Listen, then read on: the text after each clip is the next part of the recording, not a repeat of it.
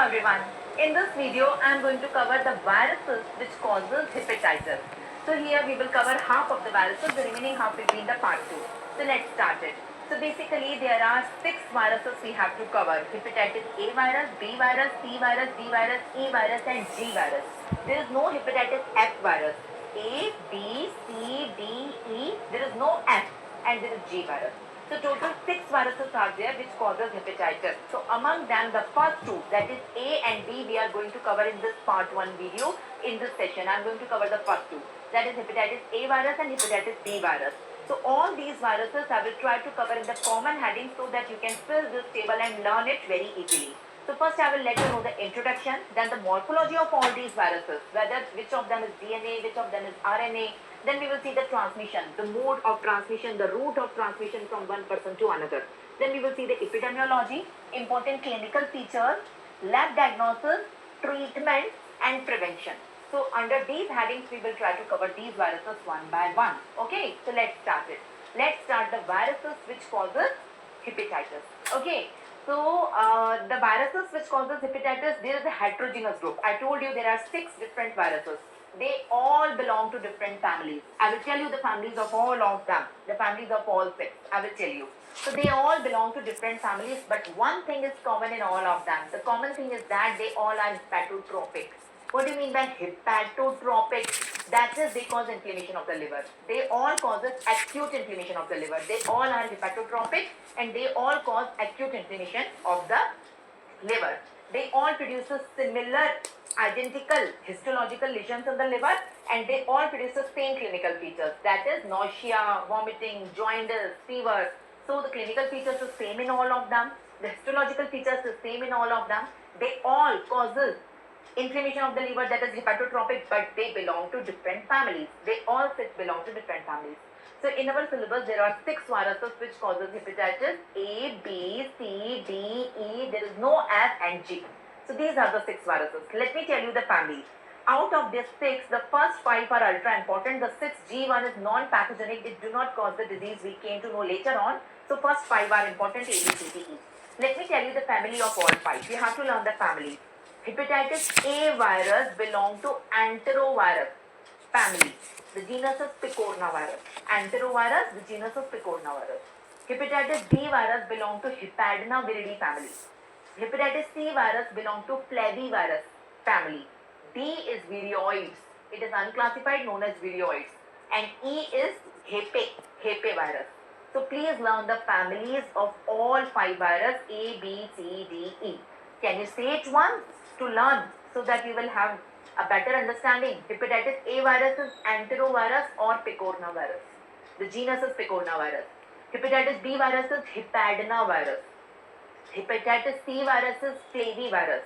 D is Viroid and E is Hepe virus. So please learn it by heart. Now you have to learn one more thing, the incubation period of all of them. Okay, I will show you here. So I want you to make this table, to learn this table. The 5 different hepatitis virus: A, B, C, D, E. Okay, all of them are RNA virus except hepatitis B, which is a DNA virus. You can see. This is a DNA virus. Rest all are RNA, RNA, RNA and RNA. You can see A, C, D and E are RNA. Only hepatitis B is a DNA virus. Can you see that? Now we all know that DNA is a double-stranded structure. Okay, we all know DNA is a double-stranded structure and RNA is single-stranded. So all the RNA are single-stranded by default. There is no exception. And only one DNA is there. That is hepatitis B. That is a double-stranded. So please learn the genome and learn the family. I already told you the family of A is enterovirus. The B is Hepadnaviridi. C is Flavi. D is Viroid and E is Calci or Hepe. Calci or Hepe. So we will try to write down 2 things one by one. The family and the genome. Learn one more thing. A and E are non-enveloped. Rest all are enveloped. B, C, D are enveloped. So please, can we revise it quickly? Hepatitis A, B, C, D and E. I want you to revise the family of all of them along with the genus, number 1. Tell me their genome, whether they are single-stranded, I mean they are DNA virus or RNA virus. Family, their genome, and tell me whether envelope is present or absent. So can we start with the genome? Only hepatitis B virus is DNA, and DNA is always double-stranded. And all of them, the remaining all of them are RNA, RNA, RNA, and RNA. And we know all the RNA are single-stranded. So single-stranded RNA, you have to learn like this. Now please learn the family of all five. Hepatitis A virus belongs to enterovirus, that is picorna virus. Okay. B belongs to hepadina virus. C belongs to flavi. Okay. D belongs to viroid. And E belongs to Kelsey-like, not exactly Kelsey, but Kelsey-like known as Hepaviridae. Now coming on the envelope, A and E don't have envelope. B, C, D, the envelope is present. Please learn the envelope also. So till now we have learned this and revised this. Okay, till now we have learned the family, we have learned the genome, and we have learned the envelope. The three things we have done. I do not want you to learn the size. Don't learn the size, nobody is going to ask you that. Okay, so don't overstress and don't learn the size, I mean. Okay, now coming on the route. The most important is the route. How does this spread from one person to another? So you have to learn the route. So let me tell you, this is one person, okay, and this is another person. Just suppose the first person is having hepatitis A virus infection or hepatitis E virus infection. Hepatitis A virus or hepatitis E virus, one of them, it is having the infection, hepatitis, because of these hepatitis virus. So I mean to say the hepatitis A and E are shed in stool. A and E both are shed in the stool, and stool will contaminate the food and water, and this food and water will be consumed by another person. So this route is known as fecal-oral route. So the second person will also have hepatitis A or hepatitis E virus infection. So this is how the infection gets transmitted from one person to another. Can you see, this route is fecal-oral route. So in hepatitis A and hepatitis E virus, you can learn the first and the last. Both of them are non-enveloped. They transmit from one person to another via fecal-oral route because they are shed in the stool. Okay, what about the remaining three, B, C, D? What about the remaining three? Let me draw another diagram to explain you. So here you can see there is a person. Here you can see there is another person. The first person is having either hepatitis B or C or D. Hepatitis B virus infection, hepatitis C or hepatitis D. Hepatitis caused by these. Now these viruses are not shed in stool. No, they remain in blood but they are not shed in stool. So fecal-oral route is not possible here. So here most important route, it is known as parenteral or percutaneous, one and the same thing. Parenteral. What do you mean by parenteral? So it is the common syringes, common needle prick. So if you are using a needle or syringe in this person and the same needle and syringe in this person, or blood products or organ transplant, that is known as parenteral route. That's why nowadays we use single-use disposable needles. So in one patient we use one needle and one syringe, we just discard that. We do not use in the another person. And blood, when we donate, the blood is donated from, transferred from one person to another, it is via blood bank only. Nobody can give direct blood to someone. So the donor will give the blood to the blood bank. The blood bank will screen for the transmissible diseases. And if it is free of all the hepatitis B, C, D, then only it is given to the receiver. So this is the parenteral transmission, the most common. The second route is the sexual. Through sexual intercourse, these can be transmitted from one person to another. And the third route is known as vertical.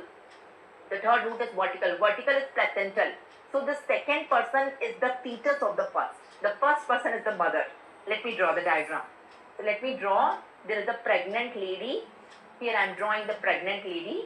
You can see this is the uterus of the pregnant lady. I am drawing just rough diagram to explain you. So this is the fetus inside that, and this is the placenta connecting the mother and the fetus. So via placenta it can transmit from mother to fetus. This route is vertical. So what are the three routes? Parenteral, most common. Sexual, it's rare. And vertical in case of pregnancy via placenta from infected mother to the fetus. Okay. So can we revise now the routes? Okay, can we revise the roots, the 5 roots, the 5 viruses? We will come on that. Now you have to learn the incubation period. I cannot help you here, but you have to learn. So hepatitis A virus, say 30 days. Hepatitis B virus, 60 to 90 days. Hepatitis C virus, 50 days. Hepatitis D, again 60 to 90. And hepatitis E, 40 days. So how I learn, I will tell you. So let me write again the classification. Let me again write this table. Hepatitis A, B, C, D and E. Okay, these are the 5 type of virus you can see here.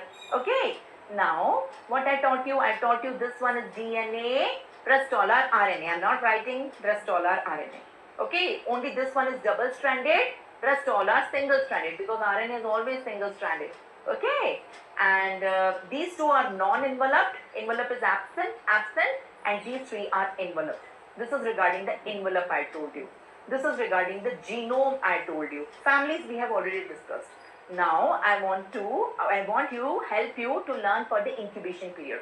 So learn here 30 days, here 40 days, here 50 days. This is how I learned. 30, 40, 50.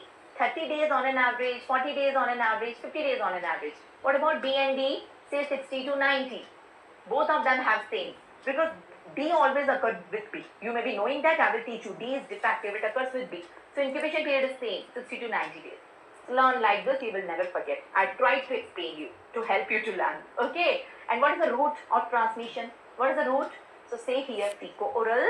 Say here also pico-oral. But the remaining 3 have 3 routes.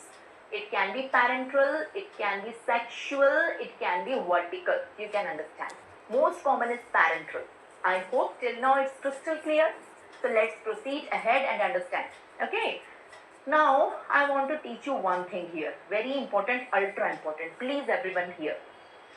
So A, B, C, D, E. They all causes hepatitis. These are hepatitis virus. Of course, the chapter itself I am teaching you. The topic itself I am teaching you is hepatitis virus. So my question is, does they all cause hepatitis? You will say, ma'am, what a rubbish question. Of course, they all are hepatitis virus, so they cause hepatitis. The second question to you, which of them causes acute hepatitis? Which of them causes chronic hepatitis? They causes hepatitis, but which causes acute, which causes chronic, which causes acute? Do you know that? Do you know that? They all cause acute. Yes, they all cause acute hepatitis. Okay, sometimes in acute hepatitis, 98% time recovery is there. Here the patient have mild fever, loss of appetite, jaundice. These are the symptoms, and 98% time it will recur. It will recover. It will recover either of its own, self-limiting, or with the help of the drugs. But it will recover. 2% is the chance it will convert into fulminant. Fulminant. What is fulminant hepatitis? It is the most severe version of acute hepatitis, in which death occurs, mortality is very high, very poor prognosis. So in all of them, fulminant can also occur. Because acute can occur, a rare percentage of acute can be fulminant. So acute can occur in all 5, fulminant can occur in all 5. Please learn it by heart. Acute can occur in all 5. Fulminant can occur in all 5. I think it's crystal clear till now. Now coming on chronic, there is a catch. A and E do not cause chronic. Never, never, never. BCD can cause chronic. Chronicity occurs only in BCD, not in A, not in E. Got it? But chronicity never cured. It will be never cured. Acute, I told you the recovery is 98%. Only 2% chance it will be fulminant. But chronic will never cure. It will result in 3 things. Either there will be a carrier stage, always a carrier stage that will be asymptomatic, or hepatocellular carcinoma, the patient will have hepatocellular carcinoma, no treatment available, or the patient will have cirrhosis. So I mean to say these 3 things, that is carrier, chronicity, carrier, hepatocellular carcinoma and cirrhosis, they are associated with chronicity. So these 3 things are absent in A and D. And these 3 things are present in B, C, D. In B, C, D, carriers are there. In B, C, D, hepatocellular carcinoma can occur, not in D exactly, but B and C. And cirrhosis can occur in all of them. Okay, so please understand the basic rule. I guess you got it. Now since acute is caused by all 5. You can see the acute is caused by all 5, I told you. But A is causing only acute, not chronic. And E is also causing only acute, not chronic. So basically A is the most common cause of acute hepatitis in children. and E is the most common cause of acute hepatitis in adults. Since they cause only acute, not chronic, they are feeling bad. That learn like that. They are feeling bad that we cannot cause chronic. We cause only acute. So we said it's okay. You cause only acute. We agree, but you are the most common cause of acute in children and adults respectively. So learn A is the most common cause of acute in children and E is the most common cause of acute in adults. I hope you all got it. So the same thing is written in front of you. You can see fulminant can occur in all five. 1, 2, 3, 4, 5. Fulminant can occur in all five. Acute can also occur in all five. But see, carrier is absent here, absent here. Chronicity is absent here, absent here. Oncogenicity means hepatocellular carcinoma. It is absent here, absent here. But it is present in these three. It is present in these three because of the chronicity. They can cause chronic hepatitis and they can lead to this. Got my point? So this is the thing. This is the thing you have to learn. For profile access, there is no vaccine available for C. Rest all have C. Rest all have vaccine. But why there is no vaccine available? This for E vaccine available only in China. It is in trial. It is not available in India. But for A, for B, and for D, the vaccine is available. Okay. For D, the vaccine is same as the top B. But for C, there is no vaccine because of antigenic variability.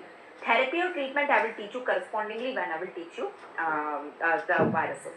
So I taught you many things. I know I'm not revising the entire table again, but you have to learn this table, you have to understand this table very well. You get many questions from that. So can I proceed? Can I proceed? Can I start the details of the hepatitis one by one? Let's start it. So let's start the hepatitis. So hepatitis viruses are of 6 types: A, B, C, D, E and G. Let's start with B. Here in this video, I will teach you A and B. B is the biggest one. Biggest to study. I mean, there are many things to understand in B. Let's start with B. Okay, let's start with A. Hepatitis A virus. Hepatitis A virus, you already know that it belongs to Picornaviridae. The family is Picornaviridae or Enterovirus 72. Enterovirus, the serotype is 72. That is Picornaviridae is the genome. It causes a vaccine preventable communicable disease of the liver. Okay, don't learn the size. Just for the sake I'm telling you, but don't learn it. You can see the morphology is icosahedral and it is a RNA virus. I told you only hepatitis B virus is DNA. That is double-stranded DNA. Rest all are RNA, the single-stranded RNA. So there is no need to learn. It's a single-stranded RNA virus. You all can appreciate this is the single-strand RNA I'm talking about. And you can appreciate the icosahedral symmetry. Icosahedral symmetry. So this is the morphology. We have seen the introduction. In the introduction, learn the family. In the morphology, learn icosahedral symmetry and single-stranded RNA. Okay. Now coming on mode of transmission. What is the mode of transmission? You already know it's fecal-oral route. I told you how does it transmit from one person to another person, especially in children. How does it get transmitted? I told you it is shedded in stool and via stool, contaminated food and water, it is consumed or ingested by another person. The route is fecal-oral, from feces to oral, fecal-oral route through contaminated food and water. So that is the route of transmission. So introduction is done, morphology is done, route of transmission is done. Okay, coming on epidemiology. It is the most common cause of acute hepatitis in children. I told you, because it causes only acute. Mostly it is more common in children, not in adults. And it do not cause chronicity. No chronicity, okay, no carrier, no hepatocellular carcinoma, no cirrhosis. All the things are absent. Okay, recovery is 98%. The remaining 2% have fulminant hepatitis. I already taught you. The remaining 2% have acute, severe hepatitis, that is fulminant hepatitis. In 95% of the patients, it's subclinical. They do not require any treatment. But in 5%, 2-3% of the patients, clinical manifestation is there. Incubation period, you already know 30. Anna? So there are two phases. First, pre-icterus phase, in which patients have nausea and vomiting, followed by icterus phase, in which the patient have jaundice. You can see the yellowish skin, the yellowish sclera, and the urine is also yellowish.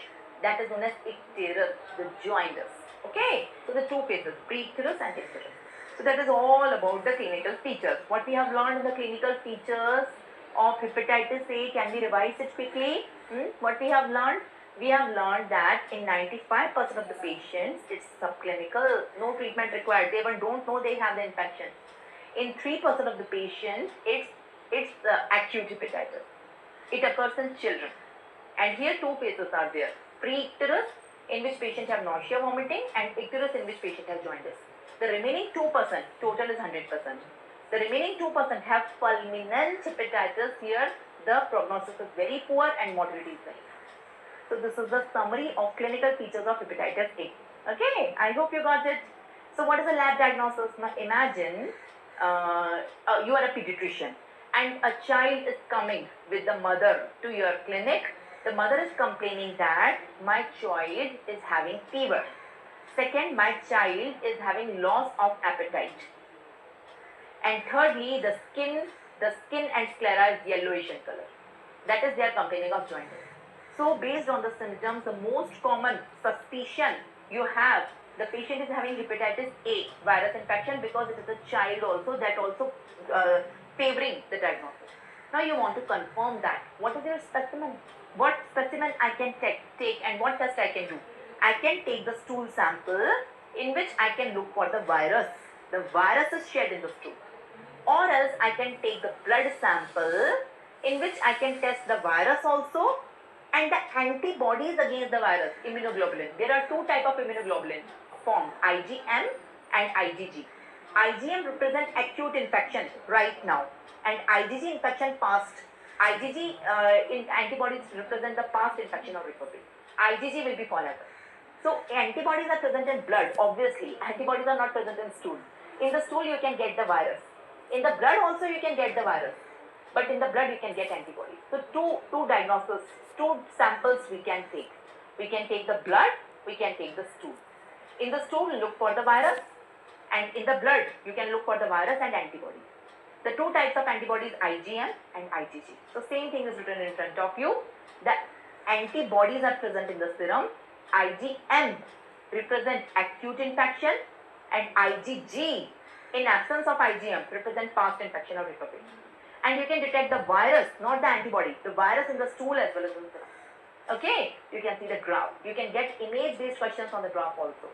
So this is a graph of hepatitis A virus serological marker. In the blood, you are getting two type of antibodies. Can you see? This one is IgM. You can see, let me tell you, just a second, give me a minute. Here you can see IgM is coming, it is raising, it is going back. You can see IgG is coming and it will be forever. And it represents the past infection. It will be called. So you can get a graph to label it, which is IgM, which is IgG. I guess it's a very easy question. Okay. So whenever the patient has symptoms, it is IgM which is present. IgG is forever. Okay. The liver enzymes are also raised and the viruses is present in the stool and the virus is present in the blood. So virus is present in both the stool as well as blood, but antibodies are present in the blood. So this is the graph of the serological markers of hepatitis A virus. I hope you got it. There is no treatment available for hepatitis A virus. No treatment, but prevention is available. The vaccine also and the immunoglobulin also.